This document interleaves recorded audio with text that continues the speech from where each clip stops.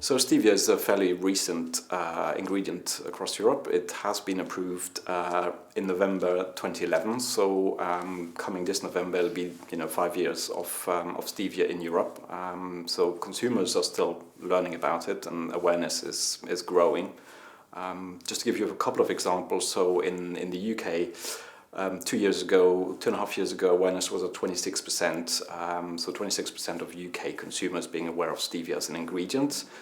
Last year, this was up at 57%. So that gives you, an idea of the kind of raise in the profile of the ingredient, and that in turn translates in number of launches and more and more products in the industry launching with stevia.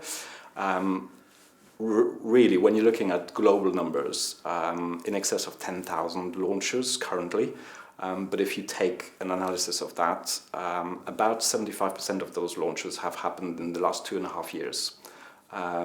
So obviously the industry takes time, and formulations and taste being critical factor. Launches do tend to take in excess of 1.5 to 2 years sometimes. So there's a bit of a lag between the approval. We saw an early wave coming through, and then now we kind of see the second generation and third generations of stevia sweetened products coming out. In terms of categories, early adopters are, when you're talking about sweeteners in general, and stevia in particular, early adopters tend to be like the tabletop sweeteners that you would put in your teas and coffee. So that's where the industry starts. But then very quickly, beverages come on board, basically due to the fact that it's easier to formulate with stevia and take sugar out of beverages. There are categories where this can be quite challenging because you need to replace the bulk factor of the sugar. And sugar also has other properties than bulking and sweetening, so the kind of binding, browning, preserving. So stevia doesn't, there's a few things that stevia doesn't do. So beverage being the easy contender, if you like. Many soft drinks brands and juice drinks in general have had very good successful launches in that sort of arena.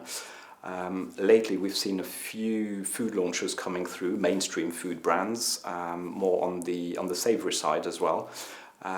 So I think gradually you could just say that stevia is working its way into everyday life and everyday products.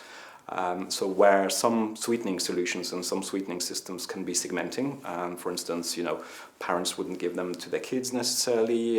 Some people actually prefer natural or natural origin, naturally sourced, and kind of stevia tick that box. Obviously, it's from a leaf, it's extracted from a plant, and that kind of gives it this aura of indulgence. And the other thing to understand is that stevia really gets on very nicely with sugar. The plant is originated from Paraguay. It has been consumed for centuries, so in its crude form. In Europe, it's the high purity extract that's approved, so it goes through an extraction and a refining stage. And it's that extract that goes into food and beverages. But obviously the molecules as they are found in those extracts are exactly the same molecules, unchanged from the leaf. So throughout the whole of the supply chain, the naturality is kind of preserved in a way through the process. The challenge being in Europe, there is no definition of the word natural. So actually in Europe you cannot call steviol glycosides or stevia high purity stevia extracts natural. Just like you can't call milk natural because it goes through a processing. So it's not due to the fact that stevia isn't natural, it's due to the fact that there's no definition of naturality in Europe. Reformulating with stevia is can be challenging, but actually what you'll find now is that when you're looking at 30% reductions, typically on a soft drink or sugar reduction in a dairy product, 30% is no longer really a challenge. Obviously, taste is paramount.